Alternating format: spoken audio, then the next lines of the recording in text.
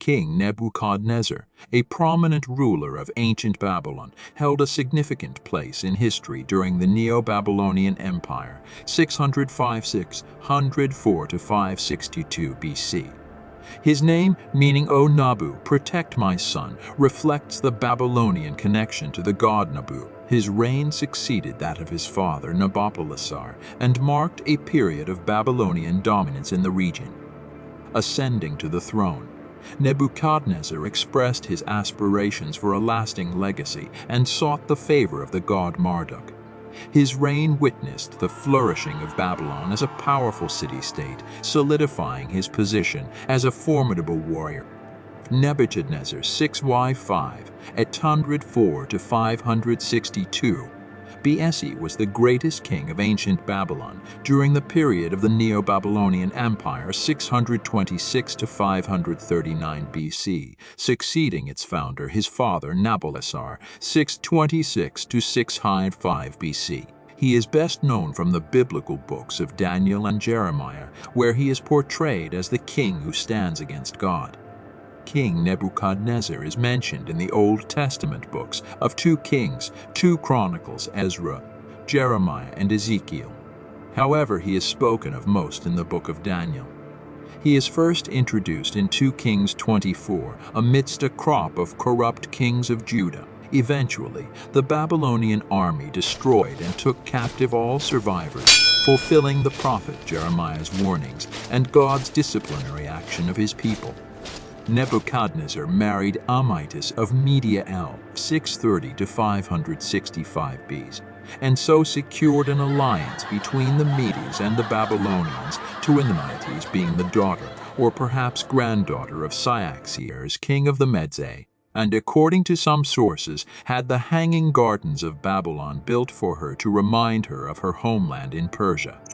Nebuchadnezzar II, he was born in Seturazreen 634 BBU in the region of Chaldea, in the southeast of Babylonia. His name is actually Nabukuduru. Usur Nabu, preserve my firstborn son in Chaldean, while Nebuchadnezzar is the name by which the Israelites of Canaan knew him from the Akkadian Nebuchadrezzar. He was the eldest son of a Babylonian general in the Assyrian army, Nabu Apla Usure Nabu, protect my son, better known as Nabopolassar. At this time, the Assyrian Empire still controlled the region, but was in its final days.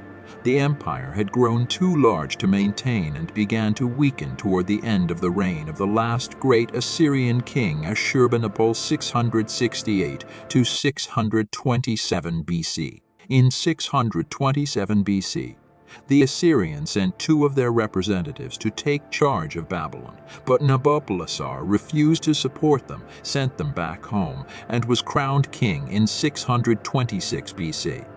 For the next 10 years, Nabopolassar fought the Assyrians while Nebuchadnezzar grew up, receiving an education in military matters as well as general literacy and government administration. In 615 BC, Nabopolassar attacked the city of Ashur, but was unable to take it until the Medes under their king Cyaxares joined the resistance and Ashur fell. Nabopolassar then entered into an alliance with Cyaxares and confirmed it with the marriage of Nebuchadnezzar to Cyaxares' granddaughter Amytis. In 612 BT, the city of Nineveh fell to the Babylonian Mede coalition, and this date is recognized as the end of the Assyrian Empire. Even so, the last Assyrian king, Ashur-uballit, struggled to regain power with the help of the Egyptians under Pharaoh Necho I 610 to 595 BC. Necho I was defeated in battle by Nebuchadnezzar T in 605 BC near Kermish, and sometime shortly after this Nabopolassar died, of natural causes, in Babylon. Nebuchadnezzar returned to the city a war hero and was crowned king in either late 605 or early 604 BC. Nabopolassar had formed his empire through conquest by 616 BC, and Nebuchadnezzar drew on these resources to strengthen and enlarge his armed forces as well as engage in building projects. He absorbed all of the former regions of the Assyrian Empire and crushed whatever resistance was offered. in 598-597 BOC, he marched on the kingdom of Judah in Canaan and laid siege to its capital city of Jerusalem, sending the elite citizens of the city back to Babylon, a period known as the Babylonian captivity. Further resistance by Judah resulted in another round of military campaigns between 589-582 BC, including the destruction of Jerusalem in 587-586 BT, which reduced the kingdom and scattered the populace, after the Canaanite city of Tyre finally fell to a lengthy siege in 585 BC. He then engaged in monumental building projects, which renovated and refurbished 13 of his cities completely, but he put the greatest effort into the most famous, Babylon. Scholar Susan Wise Bauer comments, "He had his own position as great king to establish and maintain, and he set out to do this as Mesopotamian kings had done for 2,000 years. He started to build. His own inscriptions record the restoration and addition of temple after temple in Babylon itself. Babylon was the home of the god Marduk, and Nebuchadnezzar's devotion to Marduk was also a celebration of Babylonian triumph. An important part of his restoration project was rebuilding the Great Ziggurat, known as Etemenike, foundation of heaven and earth, which had been destroyed by the Assyrian king Sennacherib Er-2 745-681 BC along with the rest of Babylon. Rebuilding began under Sennacherib's son Esarhaddon-Or 681-669 BC under Nabopolassar and was completed by Nebuchadnezzar. The Etemenanke, with its great rising tower, is thought to be the inspiration for the biblical Tower of Babel. By 600 BC, Babylon was so impressive it was considered the center of the world, certainly by the Babylonians themselves and seemingly by others. A clay tablet dating to this time, discovered in the ruins of the city of Sippar north of Babylon, and presently in the British Museum, presents the ancient world revolving around Babylon. The tablet purports to be a map of the world, but actually marginalizes most of the region surrounding Babylon, including Sippar. The map's origin is Babylonian, and how it arrived in Sippar is unknown, but it is possible this piece is one of many held by cities who honored Nebuchadnezzar, Ei's reign and his great urban center.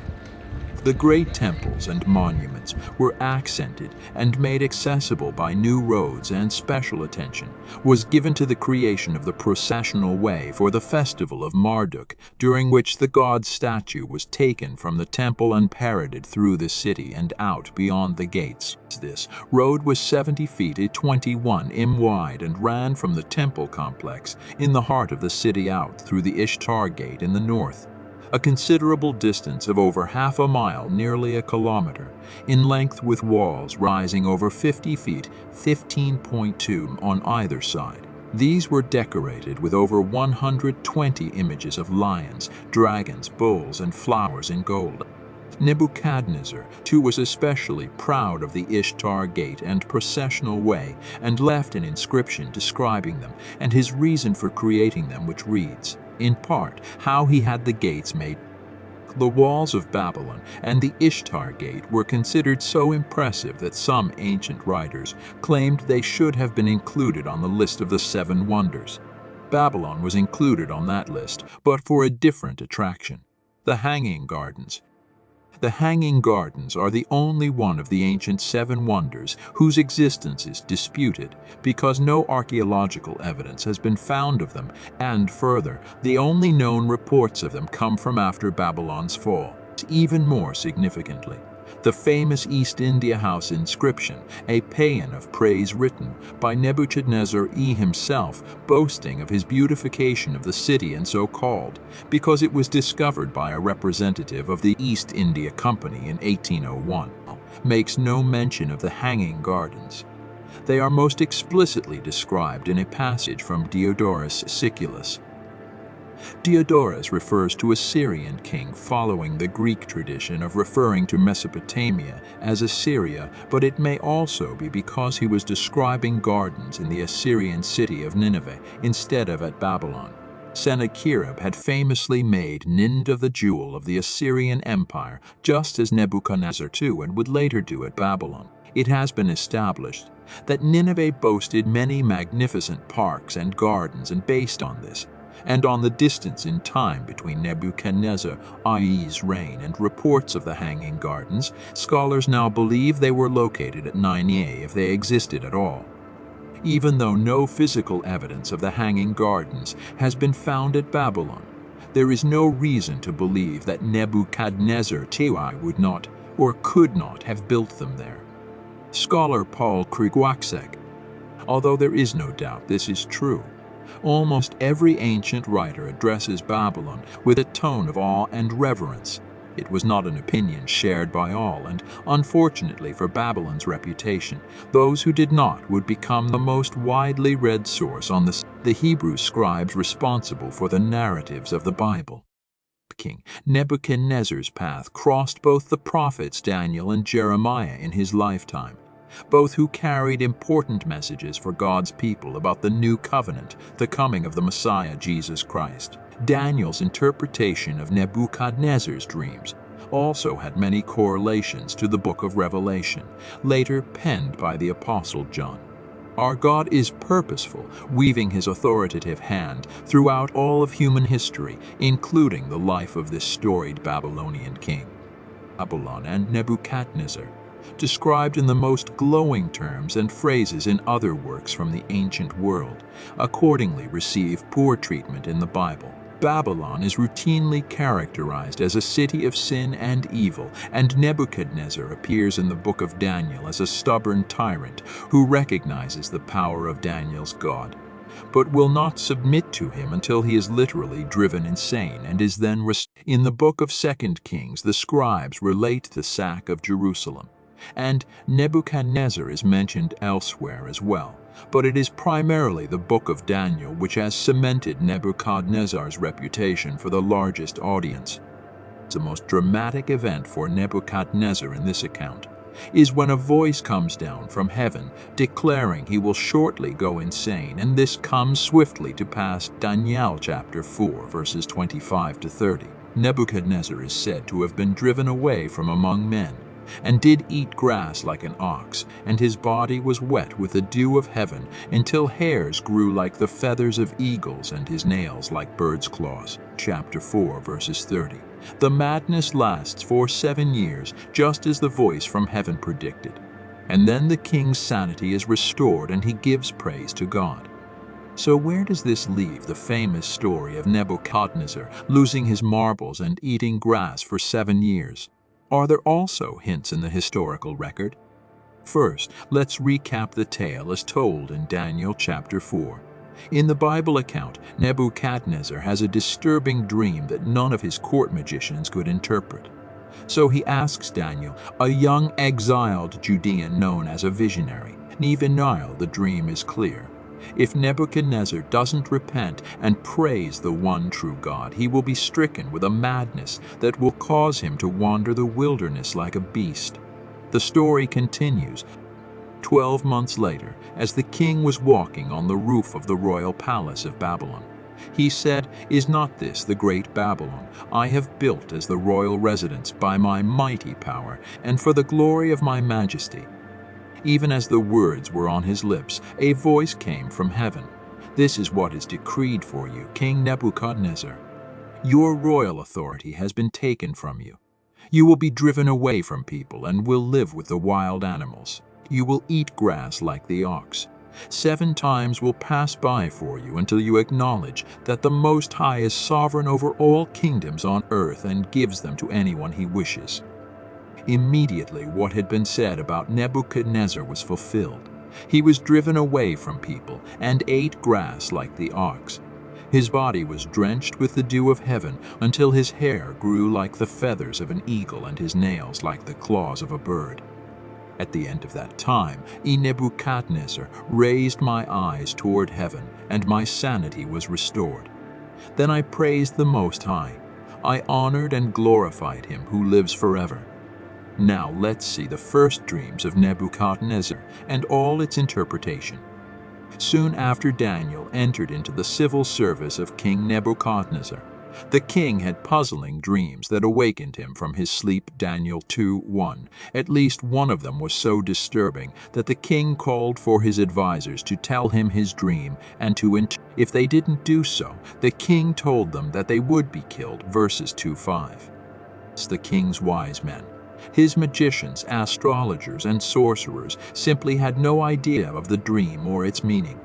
They told the king it is a difficult thing that the king requests, and there is no other who can tell it to the king except the gods, whose dwelling is not with flesh. Verse 11. In anger, the king gave the command to begin killing his wise men, including Daniel and his 3 friends, known by the Babylonian names Shadrach, Meshach, and Abednego.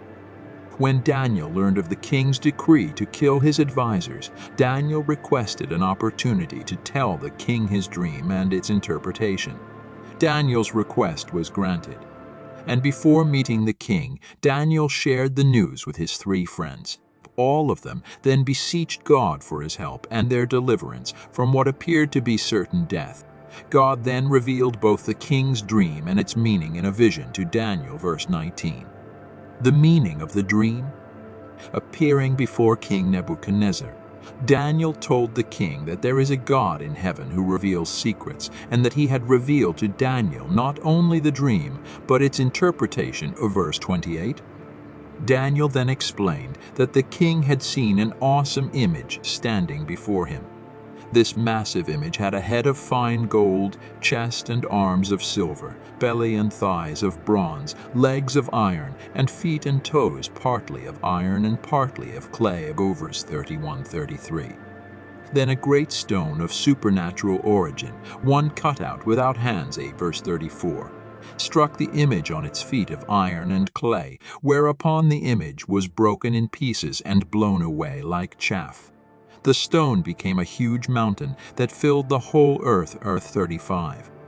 What did this mean? The Bible interprets itself, and here God, through Daniel, gave the explanation. Daniel told King Nebuchadnezzar that the image represented 4 great kingdoms that would arise in succession to dominate the world. You are this head of gold, meaning that the Babylonian Empire was the first of these 4 great empires. 38. But after you shall arise another kingdom inferior to yours, then another, a 3rd kingdom of bronze, which shall rule over all the earth. And the 4th kingdom shall be strong as iron eyes, and to break in pieces and crush all the others. Verses 39-40. The last kingdom would be divided. Verse 41, which is represented by the 2 legs. This empire, which was predicted to be strong as iron, would conquer all before it. Eventually, this empire is predicted to be represented by 10 concurrent kingdoms, the 10 toes, which will endure only for a short time. Iron and clay do not form a strong bond. At that time, Christ will return to crush this empire, along with all other nations that fight against him, and set up the kingdom of God, which shall never be destroyed. Zechariah chapter 14, verse 2-3. Revelation chapter 11, verses 15. After Daniel revealed the dream and its meaning to King Nebuchadnezzar, the monarch fell down before Daniel and appointed him as chief administrator over all the wise men of Babylon. Nebuchadnezzar reigned for 43 years, which was considered long for the time period. He died c. 562 BC, and his son Amel-Marduk succeeded him to the throne. There was some confusion as to why Amel-Marduk was the heir, as he was not eldest son, and apparently he and his father did not always get along.